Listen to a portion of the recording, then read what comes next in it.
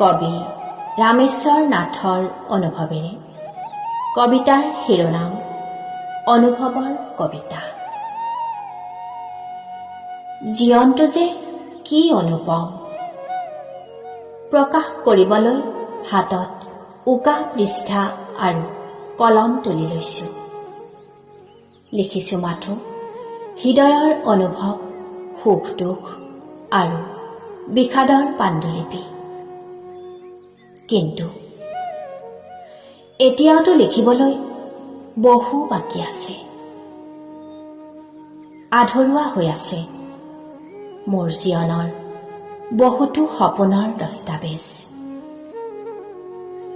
ঘাট প্ৰতিঘাত নেওচি নীৰৱে বিচাৰি ফুৰো জীৱনৰ এটি এটি স্মৃতি। যদিহে মিছা বদনাম অপযশ দিম বুলি ভাবি আছিলা, ক্ষন্তেকৰ বাবে মিছা মৰম লৈ কিয় আহিছিলা তুমি? হৃদয়ত দুখৰ বাৰিষা নামক বুলি হৃদয়খনে দেখো আজি সহিব পৰা নাই তোমাৰ মিছা অপযশবোৰ। তোমাৰ মিচিকি হাঁহিত ফুলকৈ আঁকোৱালি লৈছিলো, তাৰেই ফল চাগে হাতে হাতে পালো। কি লিখিলো কি নিলিখিলো বুজিবকে নোৱাৰিলো।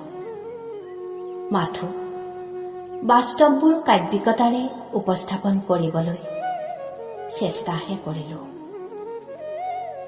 বাস্তৱবোৰ কাব্যিকতাৰে উপস্থাপন কৰিবলৈ চেষ্টাহে কৰিলো। ধন্যবাদ জনালো ৰামেশ্বৰ নাথলৈ। প্ৰিয় পৰিয়াল, পুনৰবাৰ নমস্কাৰ জনাই আজিৰ শিতান সামৰণি মাৰিছো। ধন্যবাদ।